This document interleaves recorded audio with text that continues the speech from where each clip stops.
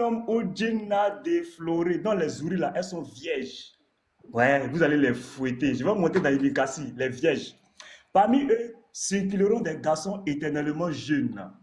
Maintenant, le mot ici qui m'intéresse là, c'est la Sourate 56 et puis la Sourate 78. Sourate 56, 35.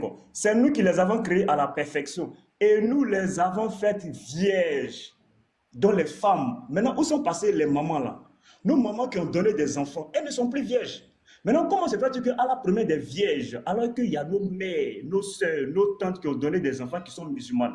Quelle sera leur récompense au paradis?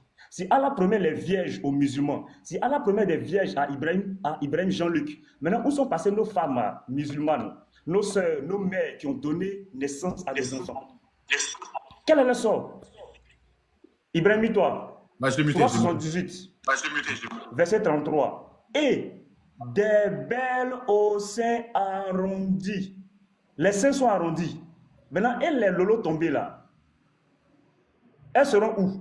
Parce qu'Allah dit, et des belles, Sourate 78, verset 33. Et des belles aux seins arrondis d'une égale jeunesse. Maintenant, où sont passées nos mères? Que sera? C'est-à-dire, notre maman là, nos soeurs, nos tantes au paradis là, elles deviendront quoi? Parce qu'Allah promet les vierges, les vieilles, hein, les seins arrondis. Les seins arrondis, quand on dit seins arrondis, ce sont les femmes, les jeunes femmes. Rapidement, Ibrahim, est-ce que tu connais la clé du paradis? Pour rentrer dans le paradis d'Allah, est-ce que tu connais la clé? Il dit vulgaire, c'est votre Coran qui est vulgaire, c'est le Coran qui dit seins arrondis. Sourate 78, verset 33. Riles, vas-y, lis-nous la Sourate 78, verset 33. On va voir qui est le plus vulgaire. Vas-y. Sourate 78, verset 33. 78, 33. Bismillah ar-Rahman ar-Rahim. Alors, 78, verset 33. Et des, entre parenthèses, belles au sein arrondi d'une égale jeunesse. Des seins arrondis. Riles, est-ce que c'est moi qui ai écrit les seins arrondis là? Non, c'est écrit dans le Coran. Voilà, donc lui qui a mis petit marteau, tu es vulgaire, sache que c'est Allah qui l'a écrit dans le Coran, ce n'est pas moi. Je prends le livre d'Ibn Kassi, les délices d'Ibn Kassi. Ibrahim, je te donne le code pour rentrer au paradis. Le code d'Allah, regarde. À la page 15, Hassan al-Rafa ibn a rapporté, dans lequel l'envoyé d'Allah a dit, la clé du paradis est Dieu. La ilaha illallah. Maintenant, les chiites aussi disent la ilaha illallah. Est-ce que les chiites vont au paradis? Question. On continue toujours. On va voir comment Allah a conçu le paradis. À la page 39 du même livre, la construction du paradis. Regarde. Je vais te montrer comment Allah a conçu le paradis. Ici. Je suis à la page 39 du même livre. À la page 39. Si vous ne commettez pas de fautes, Allah créerait des gens qui commettaient des fautes pour leur pardonner. On dit alors, oh messager d'Allah, parle-nous du paradis. De quoi est faite sa construction? Ibrahim, est-ce que tu sais comment Allah a conçu le paradis? Il répondit, le paradis est construit de briques. Qui a tapé les briques? Ibrahim. Qui est maçon parmi les anges? Qui est le maçon? Le paradis, le paradis est construit de briques en argent et de briques en or. Son plat est de mix parfumé. Son parterre de perles et de rubis. Et le sol de safran. Qui a construit? Qui est le maçon? Ibrahim, regarde, le maçon, on va te dire c'est qui le maçon. Regarde, le maçon, Allah a créé le paradis. Juste petit marteau. Ça, c'est pas dans le sujet. Juste le dis. C'est la femme, on est d'accord? Bien sûr, c'est le sujet, c'est le paradis d'Allah. Ouais, y a pas de souci. On est dans le paradis. On parle du paradis en général. On parle du paradis ou des femmes qui vont parler? On parle du paradis en général. Ah, ok, c'est le paradis. Ensuite, je l'ai écrit, donc remets une minute. Ouais, pas de souci, On parle du paradis. T'as encore 30 secondes, vas-y. Voilà, on parle du paradis. Remets une minute, on parle du paradis. Est-ce qu'on aura des femmes au paradis? Oui, on aura des femmes. Maintenant, le paradis, là, il est comment? Il faut expliquer aux gens ce que c'est que le paradis. Voilà. Donc, qui a conçu le paradis? Allah a créé le paradis d'Éden par sa propre main, de briques. Jean-Luc, si Allah a conçu le paradis de sa propre main par des briques, on dit le paradis a été conçu par les briques. Qui a construit le paradis? Qui est le maçon? Je te pose la question, tu vas répondre. De briques, de rubis rouges et de briques d'émeraude verte. Qui a construit?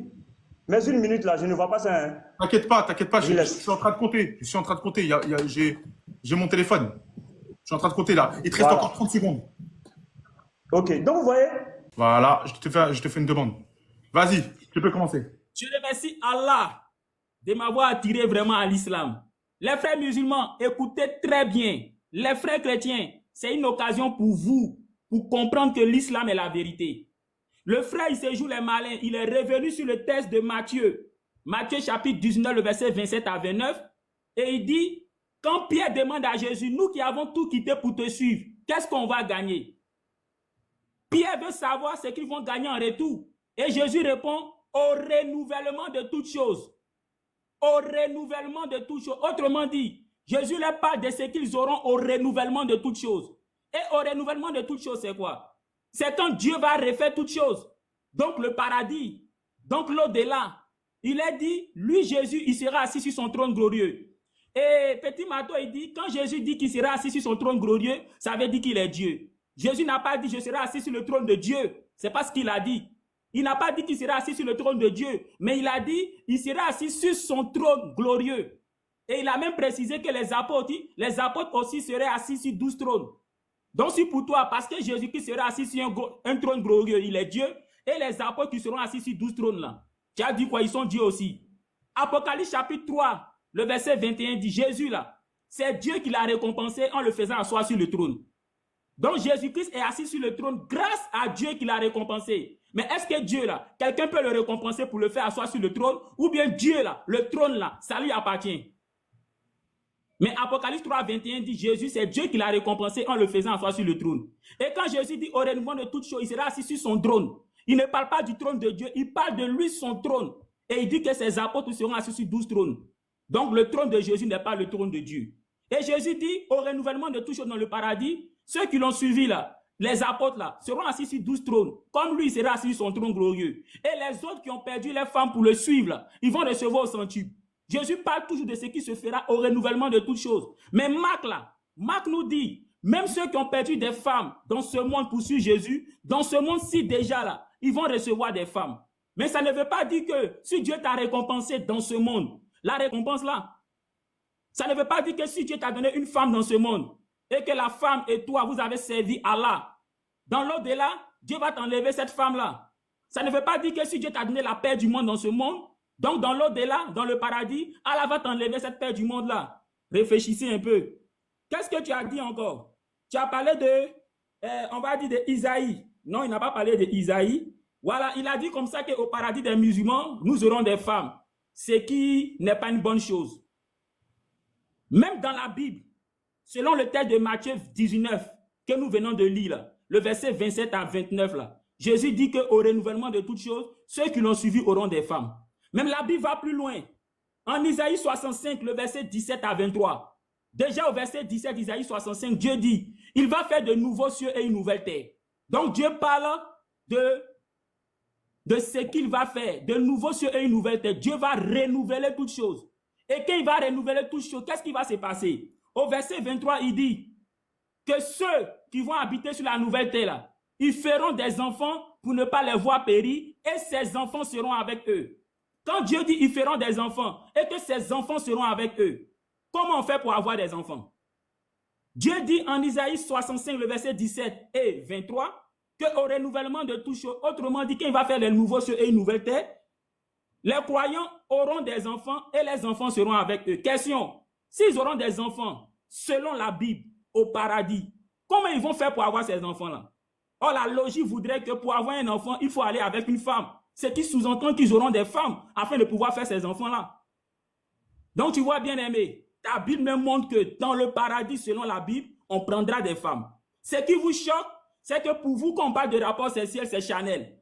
C'est pas Dieu qui a créé l'homme et qui a dit, soyez féconds, devenez nombreux. Si les rapports sexuels sont charnels, donc c'est que Dieu est charnel. Parce que selon Genèse chapitre 1, le verset 26 à 28, ce n'est pas l'homme qui a demandé le sexe, mais c'est Dieu qui a fait l'homme et la femme. Et c'est Dieu qui les a bénis en disant, soyez féconds. C'est pas l'homme qui a dit, Dieu, fais-nous une femme pour qu'on ait des rapports. Mais c'est Dieu lui-même qui a décidé que l'homme et la femme aient des rapports et il les a bénis. Donc les rapports